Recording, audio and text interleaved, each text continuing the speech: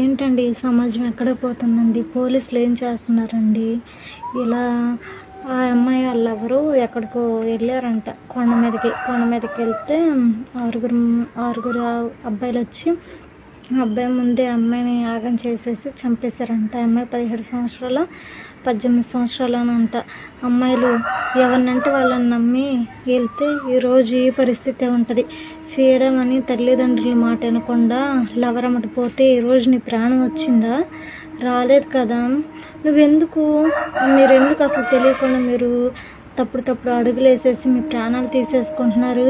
పోలీసులు ఏం చేస్తున్నారు? ఇలా చేసే వాళ్ళని నడి రోడ్డు మీదే చంపేయాలి. అలా చంపేస్తే ఇంకొక ఆడపిల్ల జోలికి రారు. ఇదంట మహారాష్ట్రలోనంట, మరి ఎక్కడో తెలియదు నాకు. నేను చూసా, ఆడపిల్ల కాబట్టి నాకు బాధ అనిపించి నేను చేశాను, అంతేకాని యూస్ కోసమో దేనికోసమో నేనేం చేయలేదు. ఎవరైనా కామెంట్ పెడితే నేను అయితే ఊరుకొని చెప్తున్నా, ఇది మీ గురించి చేయట్లా. అర్థమవుతుందా? నేను సమాజం ఏమవుతుంది అని అడుగుతున్నా. చంద్రబాబు ఎక్కడికి వెళ్ళాడు? నేను వీళ్ళకి జగన్ ఉన్నప్పుడే నయ్యాం కదా, జగనే బాగా చేశాడు. చంద్రబాబు చేయట్లేదే. మరి ఈరోజు ఎంతమంది ఆడపిల్లల ప్రాణాలు పోతున్నాయి అబ్బాయిల గురించి. మరి వాళ్ళని తీసుకెళ్ళి జైల్లో కూర్చోబెట్టి మేపే బదులు నడి రోడ్డు మీద చంపేస్తే ఇంకొకరికి చేయాలంటే భయపడేటట్టు చేయొచ్చు కదా. ఎన్కౌంటర్ చేసి పడేయాలి నడి రోడ్డు మీదే.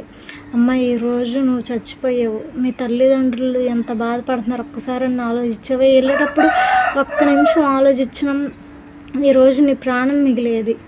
ఇలా కాకుండా ఈ చంద్రబాబు దాకా వెళ్ళేదాకా ట్యాక్స్ చేయండి చంద్రబాబుకి.